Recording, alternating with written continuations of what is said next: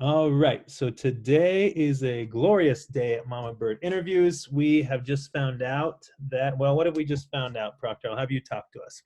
We just found out that we're going to have the opportunity to be interviewed for Colorado Matters tomorrow, which is very exciting. And this will be our first media attention. You've had some stuff about you and a little about Mama Bird Interviews at CU Boulder.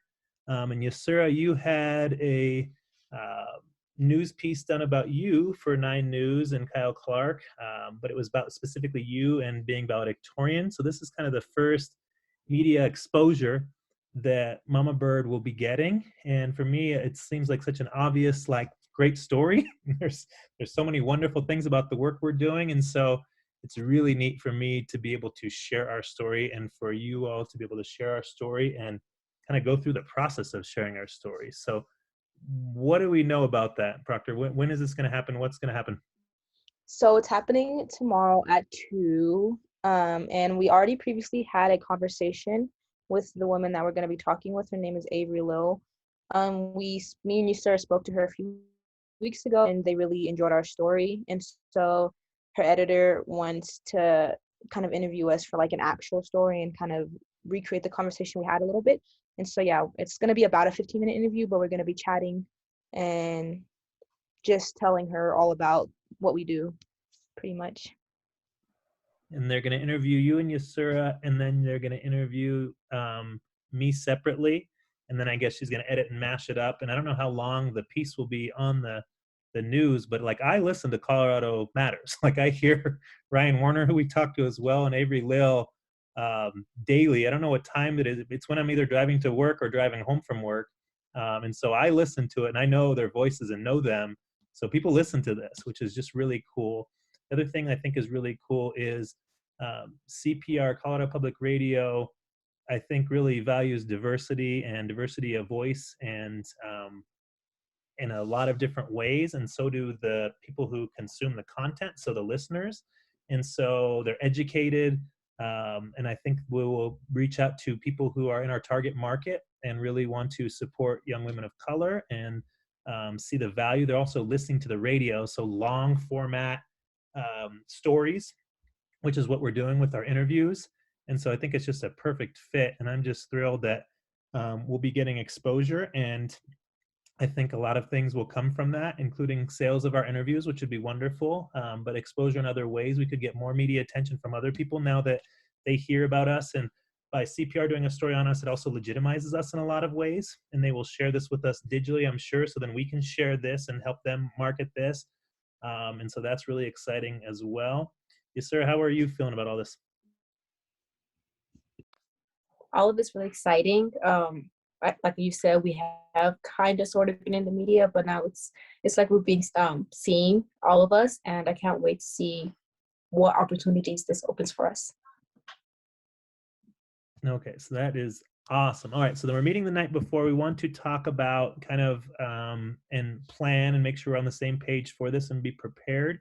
Both of you are very much preparers, so I want you also to make sure that you're natural. And so, first of all, that's the first thing to know from my vantage point is that both of you will do a great job with this, and whatever you do will be great. And so, don't stress out about that. Saying that, I think we do want to make sure we are having kind of a clear message of what we're about and who we are, which I think we do. One of the problems with Mama Bird and what we're doing is we have so many facets of it, right? There's Mama Bird interviews, there's Mama Bird mentors, we have Mama Bird Media, which is our YouTube channel about kind of the business part of this, where this will be posted. And so it can be very confusing in a short amount of time. And so with that, I want to get your thoughts on this. But she's going to be obviously leading the questions, but I think that we should stay very consistent with Mama Bird interviews and the work we do there. And I think that way the listener doesn't get confused. Mama Bird's a memorable name, so they can find the other things in the future. And if we get different exposure in the future, we can do that. But I think the thing that moves us all forward, which is really you forward the most, is if we can get more people to learn and hear about these interviews, and then that'll lead to sales of these interviews in the future and connections that'll help us sell these interviews in the future. And so with that, I think we should really focus on the interviews. And again, we're calling these wisdom interviews now. The main interviews we do are wisdom interviews. I also have been meeting recently with people in the wedding industry. And I think that couples interviews can be a really big thing for us. And I would like to talk about that too. So, couples interviews, we interview people, especially when they're getting married. So, before you get married, you sit down with us and do a couples interview so you can document your love story, where you're at, your hopes and dreams for the future. And then, along with that, while you're getting married too, we should interview your grandparents. And so we can capture their wisdom for you for the future. And it's a great time to do that. And then just in general, wisdom interviews. We can do another thing that I think should talk about that we have not done yet is coming up is graduation interviews. I think that also we can do graduation interviews, and that would be an important thing to document graduating from high school and graduating from college, where people are at, what they want to do in this time, how the pandemic affected their lives, and kind of document that for people. So I think those should really be our focus. And I want to go back and kind of update our website to make sure this is now clear, because people will now be going to our website after they hear this. And so that'll be a big thing.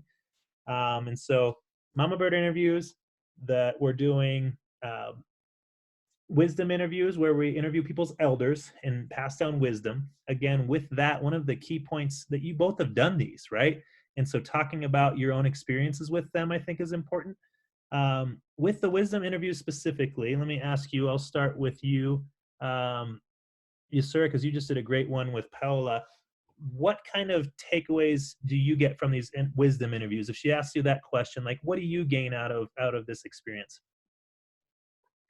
I honestly get a lot out of these experiences. I know some people don't really expect the interviewer to actually um, uh, gain much from the experience. It's more focused on the interviewee and their experience.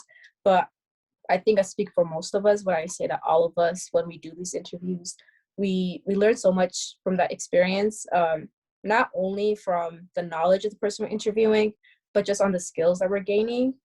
I did not know how important interviews were, or like having interviews and those skills that involved with interviewing people. And then I realized that my current major, anthropology, involves a lot of interviewing, and a lot of science majors also do a lot of interviewings.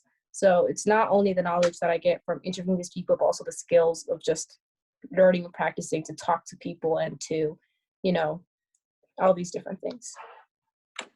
You just taught me something there. I never thought about the actual professions that use interviewing as part of their profession. And that's so true. That's awesome. It just keeps getting better and better for me. That's amazing. Um, I thought you would, which you talked previously about kind of the social skills aspect of it, the being comfortable talking to people. But it's just neat that you keep compiling more things. How about for you, Proctor? What kind of takeaways have you gotten from a personal level, like a growth level of you doing the actual interviews themselves with these wisdom interviews, interviewing older people, elders? Yeah, I would definitely say that my communication skills have grown a lot, like just in this past year. I know that when I was graduating from high school, which was a year before we started Mama Bird, I would never have seen myself interviewing people in general. I went into journalism, but I've always like had a fear of talking to people, and I've really seen that like kind of change, and I've realized how much I actually love talking to people, and how much of it's just really a conversation between people, and especially with interviewing these like older people about their life stories. It's really just us having a conversation with them, and it doesn't have to be such a scary thing. And so I've seen that like communicating with people is such a like a pure thing, and it's very enjoyable, and I've definitely seen that a lot with the interviews I've done. What do you both think? There's so much intersectionality in these interviews, and that's something that I was not aware of or thought of initially. I think especially for people like me, white people, white allies. I got my ally shirt on today. White allies that are kind of conscious of their privilege, but may not necessarily know how to move the world forward in that capacity, or and kind of just general ignorance. People get offended by the word ignorance, but I was certainly ignorant and still am in so many ways. I'm never going to know what it's like to walk in this country with black skin, for example. I can wear a Black Lives Matter shirt, and that I have, and I do, and that's something even that adjusts the way I walk through the world, which is very interesting. I think all white people should wear a Black Lives Matter shirt and walk through the world. But the intersectionality, the age differences, often the race differences, the culture differences. Um, do you see that as being another thing that's kind of a positive thing that we bring to the table, especially again with people who are like myself, are allies, want to support young women of color like you all? Do you see it being a neat thing that they get to know someone a little bit of color that they may not have access to otherwise? Yeah, I definitely do. Because I feel like you're never gonna know truly. It's gonna be hard to have empathy with someone that you like never met. And like while we're of course not representatives of our whole race, it's nice for them to just speak with someone that's younger and a person of color, because I feel like a lot of what older people see of our generation is through the media, and I feel like there's a lot of negative stereotypes about our generation, especially like youth of color, and so it's definitely important for them to like speak to youth of color, and for us to bridge that gap, and also for the other way around. Like so many youth of color see older, and especially older white people, as kind of scary or judgmental, and it's important to like bridge those divides and communicate with people that are so far across the identity spectrum from us. Yeah, I think it's really important to talk to a diverse group of people and to constantly be learning and talking to people. In my classes, I learn more about my culture every day. That's stuff I didn't even know about. So, also, I think something about Mama Bird is when we connect with, older white people or any, people who aren't from our cultural background or our race background, they get to know of something that didn't know about. I know a lot of people talk about privilege and the divide between like white people and non-white people. And something I've thought about is you can't know something is a problem if you don't see someone experiencing it, if you don't know it is a problem. Some things like you said, some things I may say something. Okay, something that I might say is something that you never thought about. So that's how I kind of see Mama Bird.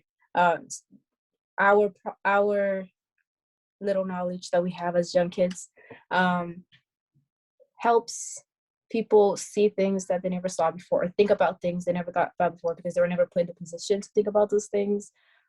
Put in that position to, you know, ask those questions, and I think that's what Mama Bird is doing. But yeah, I think everyone should be constantly reaching out to people, learning about new people, because none of us at all,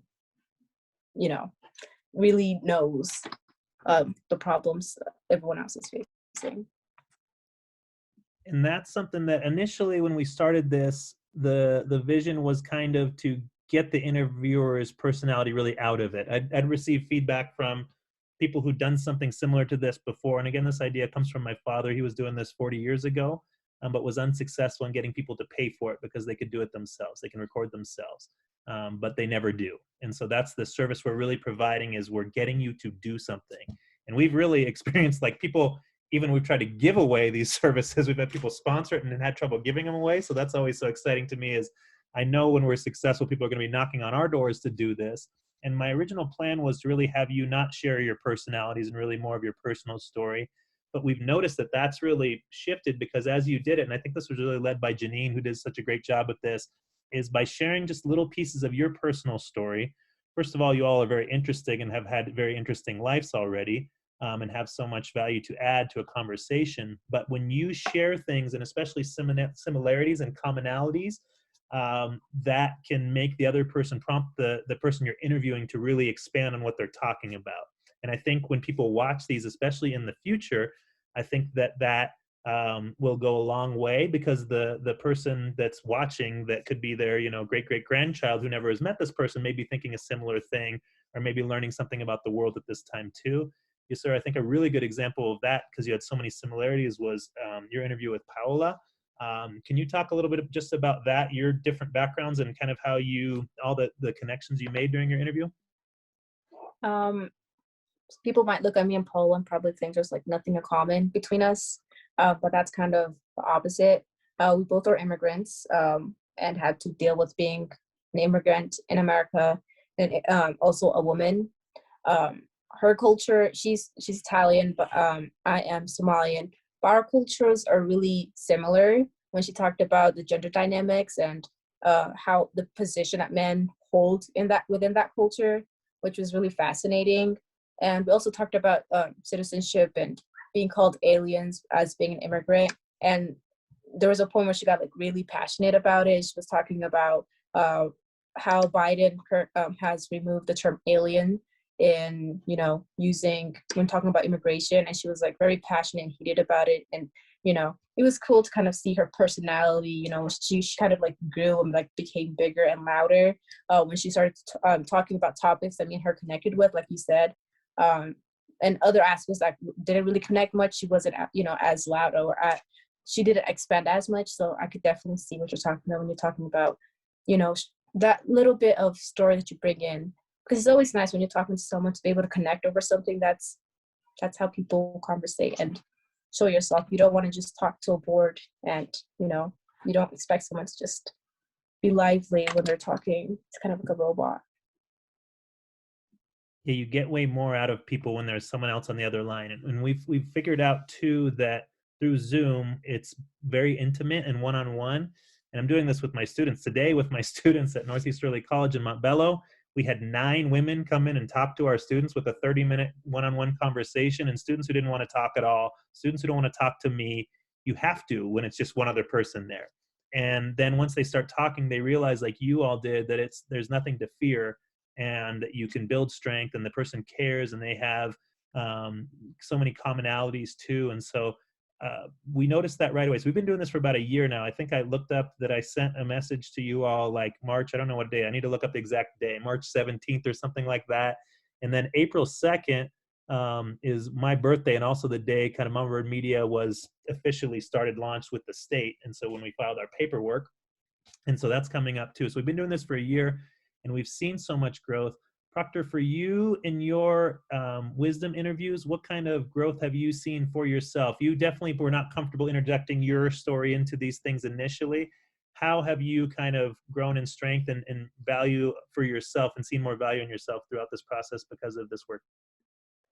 Yeah, I've definitely always grown up not really seeing myself as like I've always seen myself as a hard worker, but like not as a powerful or like really capable person. And really getting to connect with all of these amazing people that are women in these amazing positions, and seeing like the options and things that you can do. I think it's been really powerful for me, and like speaking with women that have went through like barriers in life and still like pushed through, and hearing that they're not ashamed of telling their story or talking about like how they got to where they are today. I think it's definitely been very inspiring, because it's like important to be open about who you are and where you come from, and like how that has impacted who you are today. And so I think that's a big thing I've learned, is like it's okay to be open and honest with people, because I've always been such a closed off person. But it's made me realize that like all of our stories are important, and it's a part of who we are, and like we can embrace that and still get to where we want to get in life. And that's something I've seen with a lot of the interviews that I've done. And everyone, like you said, everyone has a story, and everyone's fascinating, and especially this one-on-one part, right? I think when you get like multiple people together, and you're like, then you start comparing in different ways. But when it's one-on-one and it's this intimate situation, you find so many commonalities, you find people so interesting. Like literally everyone who, we haven't had many people who've been really excited about doing these interviews yet, which I look forward to the days when we do. But the neat part about that is that every time we interview people afterwards, they're excited about it, and they were really thrilled with the experience. Miss Waters just wrote us a loving message, Yusura, that I need to put online, that talks about just how she was nervous about it and before, and then it was just a really kind of cathartic experience. Like it made her feel better, and sharing with somebody, and educating somebody, and sharing those stories just really made her grow. And so I think that's so cool. With that, about sharing stories, one of the stories that makes the work that we're doing so important and so powerful is your stories. Um, Yusura, you specifically, I think, have had kind of trouble defining your own story and sharing your own story to a capacity, and have kind of internalized different things for different reasons in different ways.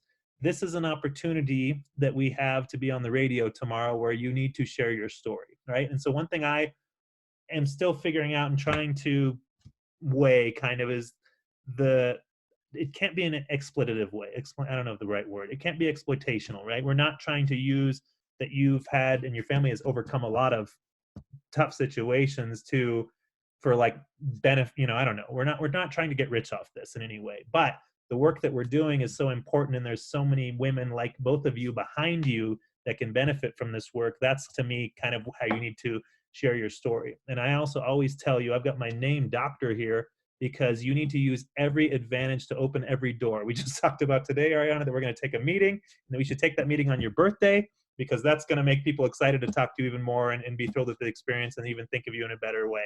And so, like, I feel that this is something I'm conscious of, constantly doing things strategically. And I think that's very okay if it's doing it for a good cause. Like, nothing we're doing is negative. Like, all that we're doing is so good. And so using every single tool we have in the toolkit, I think, is really important. And also with this, though, sir, and you can tell me if this is true, I think that by telling your story over and over again, and I think it ebbs and flows on kind of how you're feeling personally, but I think it does connect you more with it. And I know you were going through that, and I saw that in the Paola interview that you did, learning more about your own culture, because you've been straddling two, cultures for forever. I think this experience has probably led you to want to learn more about your own culture too in that capacity, because that's part of your story to tell. So saying all that, Yusura, where are you at with sharing about yourself and your story? How are you feeling about that now? I am totally okay with sharing my story. Before, I don't think I've ever been scared to.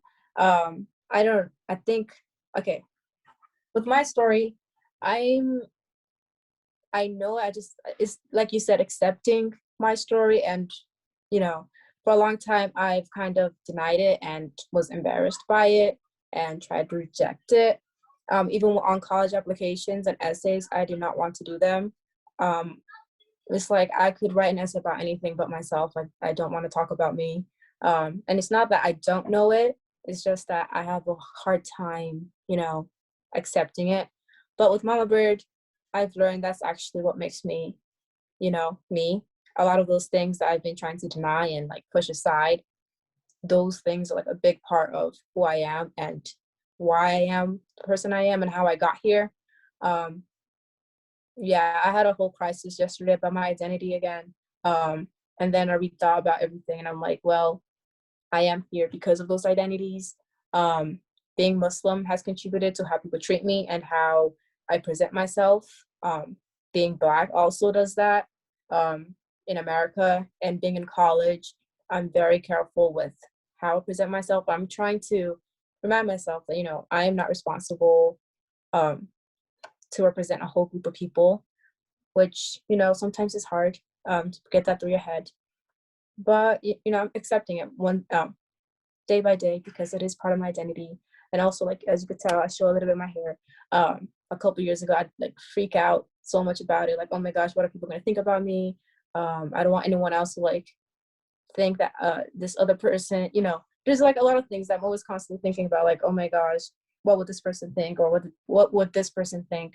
But then the more people I've talked to, I start to realize that it doesn't matter what everyone else thinks.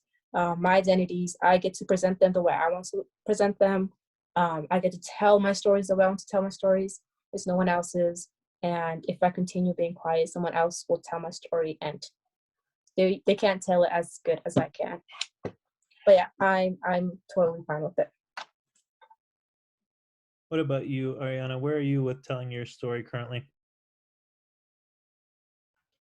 I would say I feel like I'm in a pretty similar place. Growing up, I never really liked to like talk about like things that happened in my life or like who I was. And like I like would not connect with people because of that. But being or participating in Mama Bird and doing Mama Bird and like coming to college now and like learning how to like be independent and on my own, I'm realizing it's important to tell your story. Kind of, I mean, you sort of said it perfectly. Like it's your story to tell, and it's your own self to represent, and no one else is gonna like say it except for you. And so, it's just like about like being okay and knowing that like you've came a far way, or like I've came a far way from where I've been, and understanding that and being okay with that, and learning that in order to connect with people in the way that I want to, and like to feel empowered in the way that I want to, I have to recognize and be okay with and tell my story. And so I guess that's where I kind of am at now. And I'm so proud of both of you, because again, and my story, I don't know, maybe this is all this work is really my story, I guess, and in that capacity. And so much of what both of you do talk about and kind of also I think have to struggle with is the different traumas kind of you've experienced in life and the different things that have forged you to be such wonderful people. And I'm kind of conscious of my many privileges and the capacity where I don't, I had a really easy childhood and easy life. And so with that, um, in my mind, a lot of the ways I don't look at it as interesting as your stories, and partially too, that's probably because it's a different story. So that's a neat thing that this process has worked for me is you both were students of mine, but teachers never get to really know their students on the level that we've gotten to know each other in this last year. And I don't know how you could do that as a teacher because the time involved in the one-on-ones. But part of the way I've gotten to know you all is you all have met without me and then recorded those meetings, and then I get to watch them. And I'm now watching on 1.5 speed or 2 speed so I can get, all of it in a shorter time. Um, but I'm really proud of how much both of you have grown. And that's one of the neat things on this too, is I think we have documented it too. And so we have these recordings where we can go back, even if it's, even if it's just us going back to it, where you'll be able to see yourself at these ages. And I think that can be really powerful too. But I'm just proud of both of you and the maturity you've shown and how you've handled things with class and grace throughout this process. And there's been ups and downs with our year. I thought we would be getting media exposure a year ago, but now I'm glad that it didn't happen until this point so you could be more ready for it and handle it. And there's still going to be ups and downs. Another thing that's really important part of our story is our partnership with the Center of Trauma and Resilience.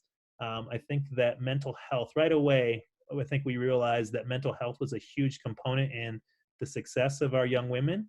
And so we reached out to different professional therapists, and then we connected with the Center of Trauma and Resilience, saw kind of the beauty in the work that we were doing right away. And Kathy Phelps, their president, really was just wonderful from the start in helping support our women and getting free healthcare for our women and free therapy, not healthcare, free therapy for our women, which I think is so important. And I think that also helps normalize it within the communities that we're working with, that therapy is a good thing. And so I think that's something that we should definitely share tomorrow on air with that capacity too.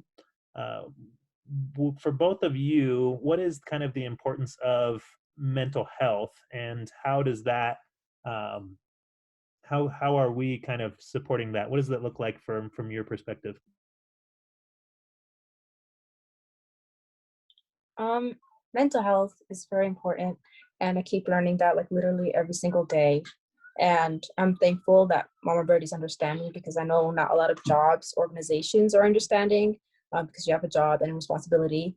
But with Mama Bird, since we value mental health so much, we are comfortable to tell each other when we need time and when we need space. And I'm thankful for that. 2020 and I guess a little bit beginning of 2021 hasn't been the best for my mental health, but with Mama Bird and also with the trauma and resilience, I remember when I did meet with Kathy, I realized how many stuff I do have to like work through, and she gave me so many. I still use some of the tips that she gives me and that I think about every day, whenever I'm feeling down or I'm just done with everything and I have no motivation, or I've lost like complete interest in everything and everyone. I remember the things she tells me, and I remember, why I'm doing the things I'm doing. So mental health is pretty important, and I'm glad that Mama Bird supports it, and I hope more organizations get to support it, because the more mentally well I am, the better work I produce, the more confident I am, the more I can like talk, the better quality my work is. So overall, and you shouldn't just do it for work, you should do it, so you can feel good, not just, to be an effective worker. But yeah, I'm glad that Mama Bird supports mental health. Yeah, I agree. I think it's such an important thing, especially as like we are at this age where we're like figuring out who we are in the world, and kind of like it seems like there's like a lot on our shoulders, and like we're supposed to be figuring out like what it is we want to do, and like have our whole futures ahead of us. And it's just an important thing to understand and address. Even within my own family, depression runs through it, and I've seen the impacts like unchecked, like not taking care of yourself can have. Like it directly impacted me and my sister. My mom didn't take care of herself, and so it's an important thing that can impact others around you too. And so it's definitely something that I still need like practice with, because I tend to over like load myself a lot. And so kind of getting exposed to therapy and like how that's a possibility and a reality, and the importance of taking care of yourself, or even having sessions with Asha and like taking those times to calm down and hear tips from her about self-care and self-love and how important it is to do those things has just been very impactful for me, and like made me realize that it's a real thing that needs to be addressed, because it can it's yeah, it's just important. Okay, now I realize as I'm talking to you all, this is 35 minutes into this conversation here. And so this is probably very different than how it's going to go tomorrow. But the last thing I really want to ask you, which I think hopefully should be asked tomorrow, or you should try to figure out how to get in there, is to you both, and we've kind of been, I'll start with you, sir, because that's kind of the pattern we've been going in. What does the world look like um, when women of color, really women of color, again, from marginalized communities, but women in color in general, and just and even bigger than that, kind of women in general. What does the world look like when, let's just focus on you two, when you can choose your own path in life, and you have, again, our slogan is economic empowerment, but it's really more than economic. It's really just empowerment in general. Economics kind of a buzzword that people connect to. But when you're empowered and when all doors are open, what do you see a world like that looking like? What do you think that'll do to our world if we're successful with our cause and we grow? And again, this should be scalable, which means that like everyone should be recorded and interviewed. And so the people who have the means to do it, who have the money to do it, should be paying us to record them and their families, and that will be just a wonderful thing, and they will get value for that. And then eventually people who can't afford to do it, we can find some way for either us to figure out other ways to pay for it or get grant money or something to pay for it. And so this could be literally unlimited. There's billions of women that could use this around the world, and there's obviously billions of people in the world, and so that would be wonderful. So at its best, yes sir, I'll start with you. At its best, what do you see a world like where this works and that we help empower women, and then you go on to your own career and you empower more people and you do it that way? What does that world look like? The first thing that came to my mind is like a world that's accepting. um I know not like every woman or person of color is like accepting of all backgrounds and stuff, but I know the majority of us are, because when you know how it feels to be, you know, feel not wanted or welcomed, you don't want someone else to feel that way. So you know, I feel like if when Mama Bird scales up and more women jump on board, we'll be able to bring so many talents, so many voices, so many accepting people on board, people who are constantly learning. Nobody's perfect, even we learn from each other, and that's the thing. Um, so that's how I see like the world at its best, is a world that's a little bit more accepting, a little bit more nicer, um, a little bit more less scary for people, because I know a lot of people are scared at the moment about what's going to go on, and I don't know. I think women will make things less scary and more. Yeah, when I think about that, I just think about like the emotional aspect, insecurity, and I think that's really important, to feel secure and to feel safe and to feel like you're wanted and you're welcomed. That goes a long way. You can even see that in school. If a student feels, you know, secure and safe with a teacher, um, they're able to do better work and, you know, be more efficient. So if we have a world that's more secure and that's more safe and that's more friendly and accepting, we'll have more successful people, more happier people, you know, less drama going on. That's how I see it. Yeah, I think for me, I definitely agree with that. And I see a world where people can feel confident to pursue their passions and not have to worry about whether or not like they'll be able to survive, or whether or not they can have an impact in the world, and just a world where people are thriving, doing what they love, and we're kind of able to connect with each other on that personal level and not fear like judgment, or a world where people can feel like they have the capacity and like they have the potential to do what they want to do, and like where people feel empowered, especially with young women and young women of color. Because I recently had a teacher like that told me that I was the first ever Black student that he had in that class at CU Boulder, and I could see a world where like that's not something that's like stands out, like where it's a normal thing, and like where you don't have to say like, oh wow, there's the first female of color that's in this class that's going into the field, and where like people don't feel like they have to go above and beyond just to be on an equal field, but where equal opportunity is a reality, and where yeah, people can pursue their passions and not be scared of if they're going to be able to succeed because of just because of who they are. With that, I kind of belittled, or not belittled, but um, shrank the impact of the economic empowerment. But I think really that is the biggest part of what we're doing. Is I think this is changing your lives in a lot of ways, but like when we become successful doing this, and you are doing, again, the goal for me is really for you to do however many interviews you are comfortable with that week. But kind of a target for me would be that each person on our team, each interviewer would be doing 5 interviews a week. And so we pay you $200 per interview, and we get paid 333. So the rest of that goes to the business minus taxes and the fees and everything we have to use for it. But with that money, $200 per interview, and theoretically $1,000 a week, and I see it as, again, normalizing not working every week of the year. So I love my life as an educator. I'm able to travel with my family. We have, I don't know, 12 weeks off during the year, some big amount like that, with summer and our breaks. And because of that, we live a great life, and we're able to travel. And I love my job, but I'm refreshed to be able to do my job, and I don't burn out on it the same way I would if I wasn't taking any time off. And that's a lot, 12 weeks off. But you all are in school, and you kind of get that same pattern. I know you, sir, you want to take off summer school this year so you can actually have some time to breathe theoretically. But with that, that's kind of my target, is 5 interviews a week, and that could be done in multiple ways. If you're the type of person that can do them back to back to back and get them done, in a day or two, then that could be a wonderful way to do it. If you want to do one each day, then that could be a way to do it. But let's say you're getting 5 interviews a week. That would be, again, $1,000 a week, 40 weeks a year. So you're talking about $40,000, which is full-time money for very part-time work. Yusura, starting with you, and then we'll get to you, Ariana. What would making money like that impact your life? How would that impact your life? How would you use that money?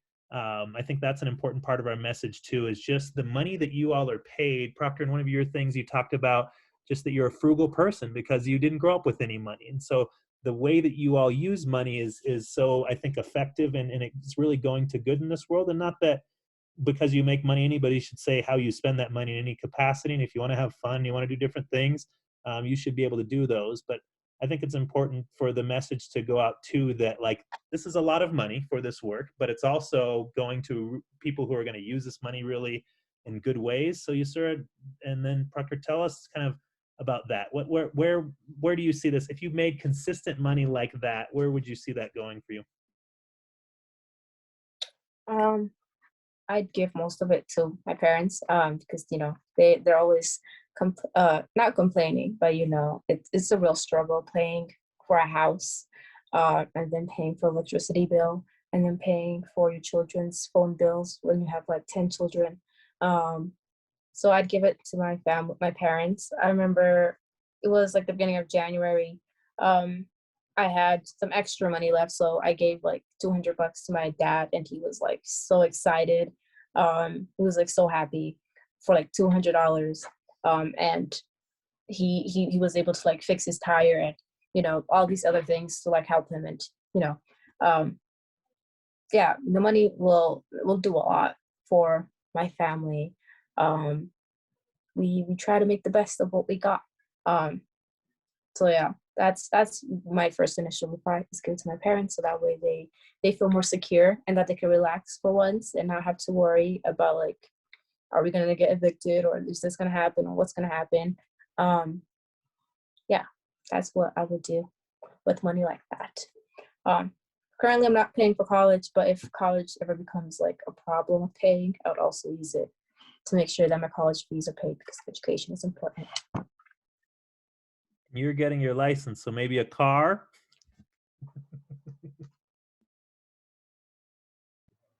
Yeah, I definitely think that I would also put money aside for my parents. I don't have like a very big family or anything, but my mom's definitely also always been there to support us, and it's like I've seen her struggle a lot, and my dad as well. So I'd definitely give back to them for all that they did for me, and I think I would want to definitely invest a lot of the money into creating like a nonprofit or something like that, because I think it's important to like I think it would be really cool to take what we're doing and eventually, like when I'm older, do the same for young people and help to mentor them and like go into like when they're at a pivotal part in their lives and be there to help them and show them like their potential, because I've seen like the environment that we're in, that so many people don't have the role models to show them that they can be successful.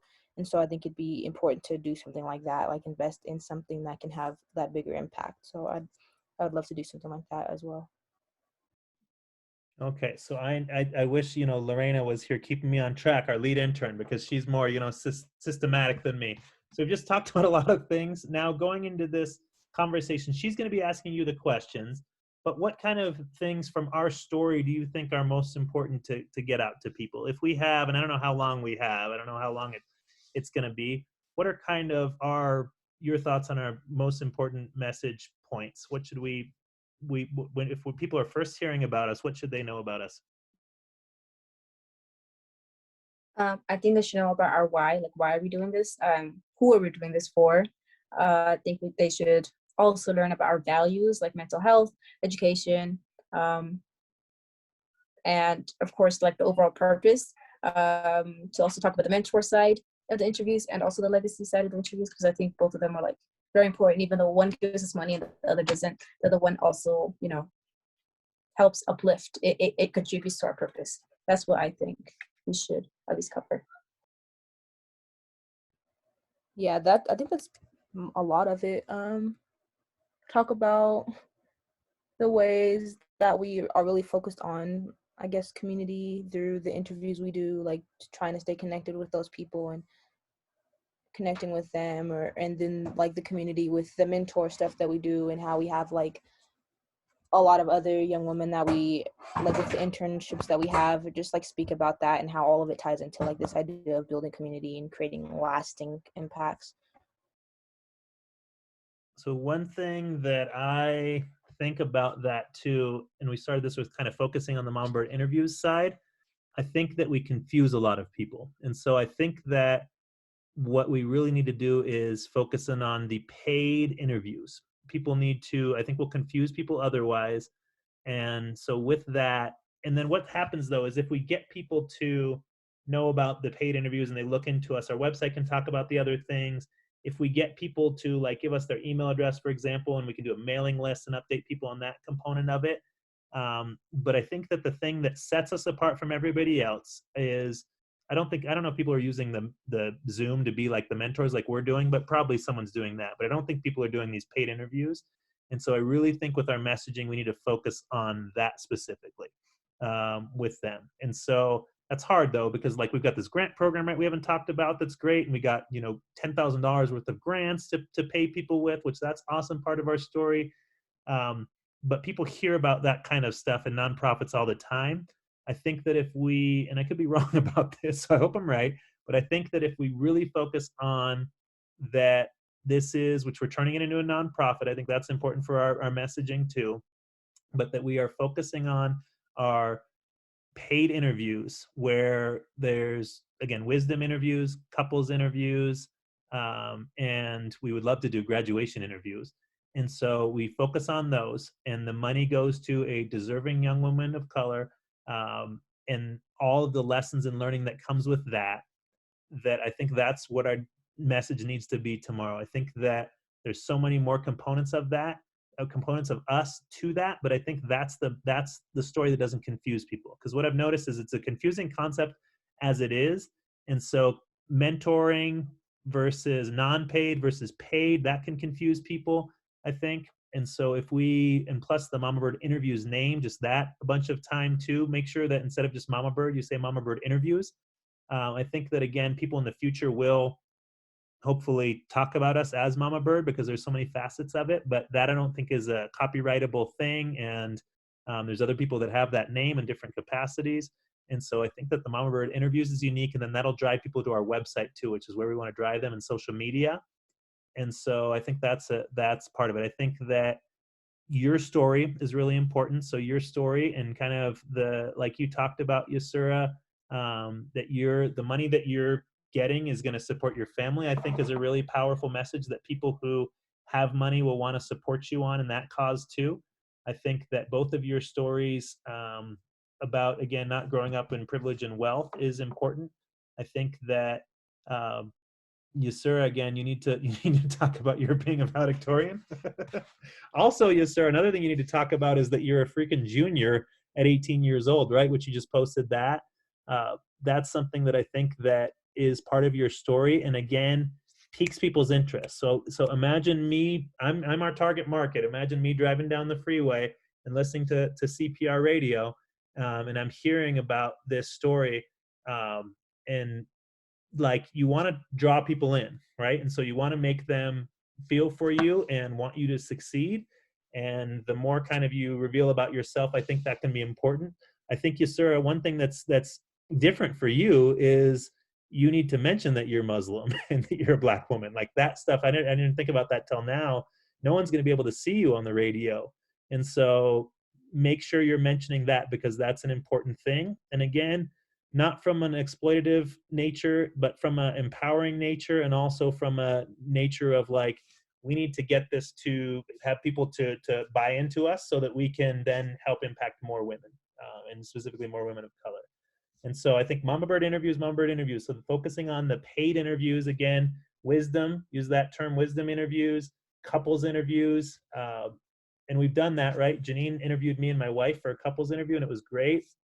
And I see that as so much potential. So if there's any, that's something I can mention too, is if there's any brides out there, we would love to record you, and before you get married, and talk to you about your love story. And so that I think could be a really neat thing. And then with that too, your grandparents, the wisdom part of it, and that the graduation I think can be a great thing too. And then I think that the mental health side and that support is, I think you can kind of get into all the things that we do, that we have, that you're kind of, and we haven't been great with that, but that you're mentoring interns inside, that makes sense to people. The mentor conversations, I think, will confuse people, that we're doing mentor interviews, but talking about the interns and kind of the next generation that's going to take your place when you move on, I think is important. Other things that I think are really important for you to mention too is that this is kind of a stepping stone to your future. Ariana, I don't think you want to mention like that you're doing this commercial work outside of this, because I think that'll confuse people, but that this is a program where you're in it, you're making good money for part-time work for a 3-year period is our goal, and then you're moving on to something else and doing your own thing, so someone else can do this work. And so it's really something that is, you're flying from the nest, Mama Bird, you're flying from the nest and you're going and building that way. So I'm kind of rambling on that, but how do you think you can not mention the mentor interviews? I've listened to you mention it a couple times in different things, and I think that confuses people. It's not your fault. I think it's something that we get, and something that's been so powerful. Grad school is another thing that was just amazing. One thing that you could mention, though, I think that is worth mentioning is, I don't know how we could figure that in. One of the things that's been so powerful is our meetings, right? Like our meeting with Lauren Castile was so powerful, and that we're recording and documenting all these kind of for educational purposes is part of our story. But I think that's too much for this initial part. Again, I think all of these things can be kind of revealed. So let's say we're successful and people then start buying our interviews based on this interview, or based on this news story, and then other news stories want to pick us up. Like we can send this news story to now magazines and stuff, right? And say, do you want to do a story on us? Because this is great. And so then we can get deeper in these capacities. Maybe we'll get on podcasts, because I would love to get on podcasts where you have an hour. We need to make our own damn podcast too. Maybe people would listen to that because we have this mailing list and we can get people to listen to that in that capacity. The movie you're working on, Ariana, which I want to work on that with you too now and really see Like, I think that could be something that if we were successful could like be like a legitimate film, like people, you know, it's on TV or whatever, Netflix, if we get it right. And so all of these things are great, but I'm doing what I told you not to do. So saying that, the interviews and focusing on that, the empowerment is a huge part of your story, so that they have to that they have to what am I saying? They have to hear about that you've been empowered by this, that this has been a really wonderful experience for you and growth experience, but explain that through the wisdom interviews, if that makes sense, right? And Ariana, I think that you haven't had as distinctive wisdom interviews as Yasura is, that have kind of connected on that different level for you. But you, the interview you did specifically with Darwin, which is a cool name and cool looking dude, he like was so emotional during it, and like you got him to be really like he knew what he was doing in the capacity that he knew this was something that was going to live on beyond him, and he like the most like embraced it, and he has just some powerful touching moments in that. And so like that part of it, that you're documenting this legacy for the future. Another thing we need to say, because it's important, is that we know these have value because of our interview with Veronica. So that we interviewed, you don't need to say kind of our connection, I don't think that's important, but that we interviewed a woman who was in her early 40s that passed away from cancer. And Janine, who's our lead interview, did an amazing job in really getting wisdom from her for her children, her teenage children. So when her daughters are going to able to watch this, they're going to get an hour and a half more with their mother, and that's priceless. And her husband is going to get an hour and a half more with her, and that can live on for their grandkids who she never got to meet. Like, that has value. And every single person would go back in time and they would pay you right now for an interview with their grandparent that is no longer with us. And so we're making that happen now. So that kind of thing too, that we believe in this product, that we know the importance of this product. Ariana, if you're comfortable, you can talk about losing your grandparent and how you didn't do this with them, right? And how much you wish you would have. And so that's something too, that the paying side of it makes you do it. And so that's something that's that thing too, like that you're now accountable to get it done. And so I think that's important too. All right, so I got to go pretty soon, but let's practice a little bit with saying this. How do you want to, Ariana? I think you should start kind of this conversation, and so it can kind of go the opposite order of what we've been doing here, because your connection, I think, with Avery Will, and your connection, Lil, with journalism, I think you should be the lead about this. But I also think you need to be very conscious of because those meetings, and it wasn't in a bad way, but you definitely dominated them and did most of the talking. You need to kind of split time. So who's ever there, it needs to kind of be equal between you all. And so if Yasura is not getting a lot of time, make sure that she's included and find ways to include her and ask her. You can ask her questions too if you need to. And Yasura, you need to make sure that your voice is heard in this meeting as well. And that's important. So saying that, Ariana, if I'm asking you, if I'm Avery Will and I'm asking you, what is Mama Bird Interviews all about? What is it? Can you explain that to me? Yeah, Mama Bird Interviews is really all about us documenting the legacy of different people at different points in their lives, essentially. And so we offer different types of paid interviews. We offer wisdom interviews and couple interviews, and something we really want to get into is graduation interviews. And so a lot of what we do is have a young woman of color interview the person that we have gotten into contact with, and then the money from the interview goes directly to the young woman of color. And so it's really just about documenting the story of the person we're interviewing and making sure that their children and grandchildren and any future generations of friends or family will have that moment with them for forever, for as long as they keep the interview for. Okay, I didn't listen to that because I just was reading in the chat. I didn't think I ever knew that. I think I heard you say that you were valedictorian at some point, but I didn't remember. You were valedictorian too? Yeah, I just didn't, it was just before COVID. So I was like, I don't know. But since we're both in this meeting, I don't know if I should mention it. I had no idea. Did you know that, Yasura? Yeah, everyone talked about it. And that's also another reason I was scared to be valedictorian. I was like, no one can compare to like Ariana valedictorian. Like Ariana was like something else. And then there was like me, and I was like, oh my god. But yeah, I knew she was valedictorian. Wow, I did not. It's 1 year has gone by and I didn't know that. How the hell could you keep that from me? Yeah, I don't know if that makes the story better or worse. To be honest with you, with that, I love that you are that, but I wonder if you're talking about that, then that may impact people like that. You're here because you're both really smart, which you are here because you're both really smart. So I don't know how to deal with that part of it too. I We think do that have other women who definitely were not valedictorian. But what are your thoughts on that? I'm okay. I didn't know whether, so I wanted to ask your opinion. But if you think, because I do see how that can make it look like we're both just here because we were like at the top of our class and like we're not trying to work with people that maybe weren't at the top of their class. Or that it's not obtainable, like because one of the things that I think is amazing about this interview is everyone's going to have their own style and everyone can do it, um, and make it their own way. I feel weird telling you not to not to brag about that when I've been so It focused feels on so your long summer ago, background. so I forget about it all the time. All right. Yeah, I think your story specifically, is your college experience too. I think that's way more interesting for you because you've really established yourself in college in so many ways.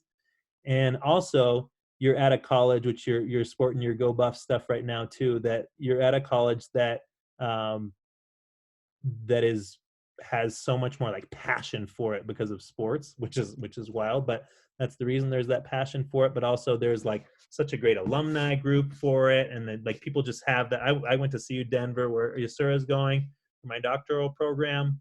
And it's not the like people do not have the like they're not CU's Denver bumper stickers everywhere where there's Buffs bumper stickers. Yeah, Yasura, we can get it there. But I think your college experience is what you need to talk about, and I think that did you get word that you can share your whatever award you're getting from the Buffs, or is that still under wraps? I'm honestly not sure. That he just emailed me and said this is the video and it will be published soon. So I'm just kind of waiting for them to publish it. But yeah, Okay. it'll be soon. Um, okay. So Oh this, wait, are you talking about the fellowship thing? yeah, Oh, I think I can post that. I just wasn't sure, but they did make it yeah, I'm sorry, it's a whole different thing. I think I can share it now. I just was hesitant to. yeah. So something like that. That's something too. You definitely need to speak about CU Boulder in this interview. Both of you should talk about the colleges you're from. So think about it from a perspective of how we can connect to different people. The colleges you're from are really important. Um, Yasura, with you, I think talking about how this has empowered you to join student government and how you've put yourself out of your comfort zone in that capacity and you've met so many amazing people, and it's brought you joy, and how you think that policy work could be a way to impact a lot of different people in the future. Um, and I think too, again, both of you should really, which you both are, everyone who's a part of this organization is that way, that you want to just do good for people. Like your best life is doing good for people, because a lot of people would probably get on the radio and their like goal is to get uber rich and retire and go, in private jets. Both your goals and really all the goals of the people, young people that we're interacting with, especially at this young stage in their life, is like doing good for the world. And that's something that I think separates us too. So this is a lot to fit into a short period. So she'll guide your conversation, and she's a professional, and so she'll get it out of you. Um, and then she'll also edit it too, right? So she'll create the best story from the work that she has, and I'm going to be talking to her too. Like, don't stress out if you don't hit any of these points. Don't stress out about it. The people hear our name, Mama Bird interviews. They'll hear what we do. That we're interviewing people so that their family can watch in the future, and that Zoom is a great platform for it. That it's a very simple but beautiful thing. That it empowers young people. From my perspective, I'm going to be doing all the things I do is talking about my own privilege. I will be bragging about you and about Montbello and about the young people of Montbello. I will be talking about the impact of the work we've done. We'll probably cover a lot of the same things, and then she'll be chopping it up and editing it, whatever format that she needs to play it. And it's just a start. And so hopefully they'll do future stuff on us as we expand and become more successful. Um, it could lead to a lot of different things, but I think just being real, being natural, like being yourselves. You're both getting very comfortable talking, which is wonderful, and talking about yourself and talking about the work we're doing. And then I think just stay away from the mentorship side unless you would ask about it. because I think that can be confusing, is that the work we're doing is Mama Bird interviews. It's paid interviews for your family members and your loved ones. Our wisdom interviews with older people, couples interviews with married couples, and especially engaged couples. And then we would love to get into interviewing people for graduations, because that time of year is coming up too. It makes a great Mother's Day gift. It makes a great Father's Day gift. It's a unique gift. And so that could be something to put in there too. And I'll do that as well. That you both are in college, that you are, tell them the colleges that you're at. Ariana, you could talk a lot about, I mean, this, like that thing that you just said is insane. That you're the first Black person. Did you say Black person? What class is this? He said Black female student that he's taught in that class. It's for my media aesthetics class, which I guess makes sense because it's a media field, and most like Black students feel like they have to go into STEM and stuff like that. Like you don't really see a lot of them Oh going my into those God, fields. that's Yeah. insane. In 2021. And so like that kind of thing, that you really see yourself, which I think you are now, as a leader for Black students at CU Boulder, and that you see all the, again, you love the school you're at, but you want to see it grow too. Like that could go a long way. Like if I'm listening to it, I'm a Boulder graduate, which I know a lot of Boulder graduates. I think that story can be really impactful too. Like that you're helping change things at CU Boulder in a lot of ways, which is just wonderful.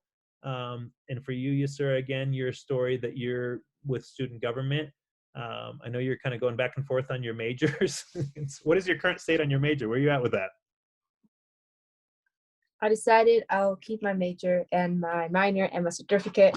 Yeah, I got it all figured out now. I should be meeting with my advisor to get like an official graduation plan, but like what the classes I should be taking and what I should be preparing to do to graduate. But yeah, that's where I'm at. I originally wanted to talk you out of anthropology was my original goal, and then you talked me into it. And then watching the interview with Paola, I'm like, oh my God, everyone should be in anthropology, and the world would be such a better place. But I think you should just get it done. I think where you do your next chapter and where you really know yourself is grad school. And I think that's something that we'll see a lot with this program, is especially with how people are getting college credits now in high school so much, that people will start being, and not just people, typically marginalized communities and the top academic people from marginalized communities are now going to be graduating way younger. And so they miss out, like you, on some of the college experience, but also we haven't seen success with the college experience with the community. And so grad school, I think, can be that place. We've had that conversation where you can really enjoy yourself and be a young person and have fun, especially like at an HBCU. And I know, Proctor, that's something you're interested in too. That grad school component of your lives, I think, could just be a wonderful experience for both of you. And really, people who are going through this program, the young people, I think that could be something that you can kind of blaze that trail for that group too. But yeah, I'm going to go. But let's, what time is your guys? My meeting's with her at 1:30, I think. When were you meeting with her tomorrow? 2. Okay, awesome. So we're back to back. So I'll set up the tee for you. That's a golf reference. Do either of you play golf? Yes, sir. You're out there hitting golf balls. One day you may, if you want to. And so you both will do great. You both are wonderful. You have been doing this for a year. Like, that's crazy. I don't know how many things you've done for a year in your life, but this is pretty cool. You've been paid thousands of dollars to do this work, which is also pretty cool. You have helped, again, this is more confusing, so don't say this to her, but just for your own pride, we have paid collectively like $25,000 to people in this community, which is just unbelievable to me, and so wonderful in 1 year in a pandemic, global pandemic. And I think we're just getting started with that. So I'm so proud of the work that we're doing. I think I'm kind of feel we should be farther in so many ways, but also I think we're right where we need to be right now. I just wish we kind of would have done more videos because it has such value for people, but we'll get there. And I think things like this will lead to us doing other stuff. And then also what a learning experience that you're now a subject. You've never been a subject in this capacity on it, with a professional interviewing you. And so that's a cool experience too. Focus on Mama Bird interviews, focus on your story, focus on empowerment, and focus on when we do this successfully, we're giving people, that's one thing I think both of you gloss over to some degree too, Yusura, when you talk about it, because I think you really have benefited more from the mentor side personally. Focus on the value to the customer. You did that. We've got this promo video of you talking about the wisdom of your ancestors and wisdom of your elders. Like that has huge value, and you talk about hearing it straight from them. That is a very good selling point. So make sure that the audience knows the value of the product, that these are recorded interviews that they can play in the future. And then also, again, how you're empowered, how it is a wonderful gift for your family, but also that it's empowering women, and that when we grow, it'll impact so many more women. So all it takes, so that's really for my thing, is all it takes is you to buy one of these interviews. And if everybody buys one of these interviews, then everyone's doing this, and it could be just a really positive thing. So there's so much more that comes with that, but we can get to that the next conversation. All right, how are you feeling? You ready? Valedictorians? Ariana Proctor. Oh my gosh. Who was the valedictorian your year? Dulce. Dulce should be in this program. I wanted to connect with Dulce. Dulce mentioned me in her valedictorian speech. I remember that, Proctor. Did you mention me in your valedictorian speech? I don't know. Oh my gosh. Are you either? No. I've listened to your valedictorian speech a lot. You mentioned Mama Bird, which that's better than me. One of the things that my love language is affirmation. Remember that.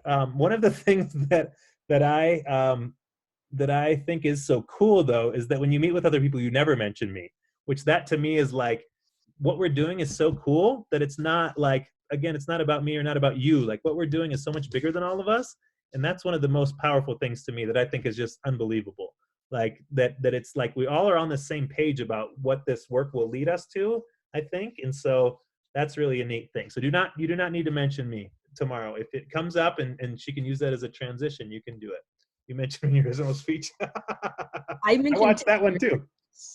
I said teachers. I do love teachers. One of those teachers buying our interviews. We'll get them eventually. All right. Congratulations on this. This is awesome. You all made this happen. What a cool thing it's going to happen tomorrow. I'm proud of you. And we will see how it goes tomorrow. And then it's going to air Thursday, I think, right? Did she say what time it's going to air? I think at 9, because she was saying, well, if we did it Thursday, 9 to be live. Okay. Okay. We'll talk to her. We can ask her tomorrow. All right. See if we can record it, or she can give us the recording later, because that's something that could be cool too. Yeah, I emailed her, but I can ask her again tomorrow. Okay. Perfect. And I'll see her before you, so I guess I can ask her as well. Okay. All right. Bye, you guys. Have a good night. You too. Bye-bye. Bye, everyone.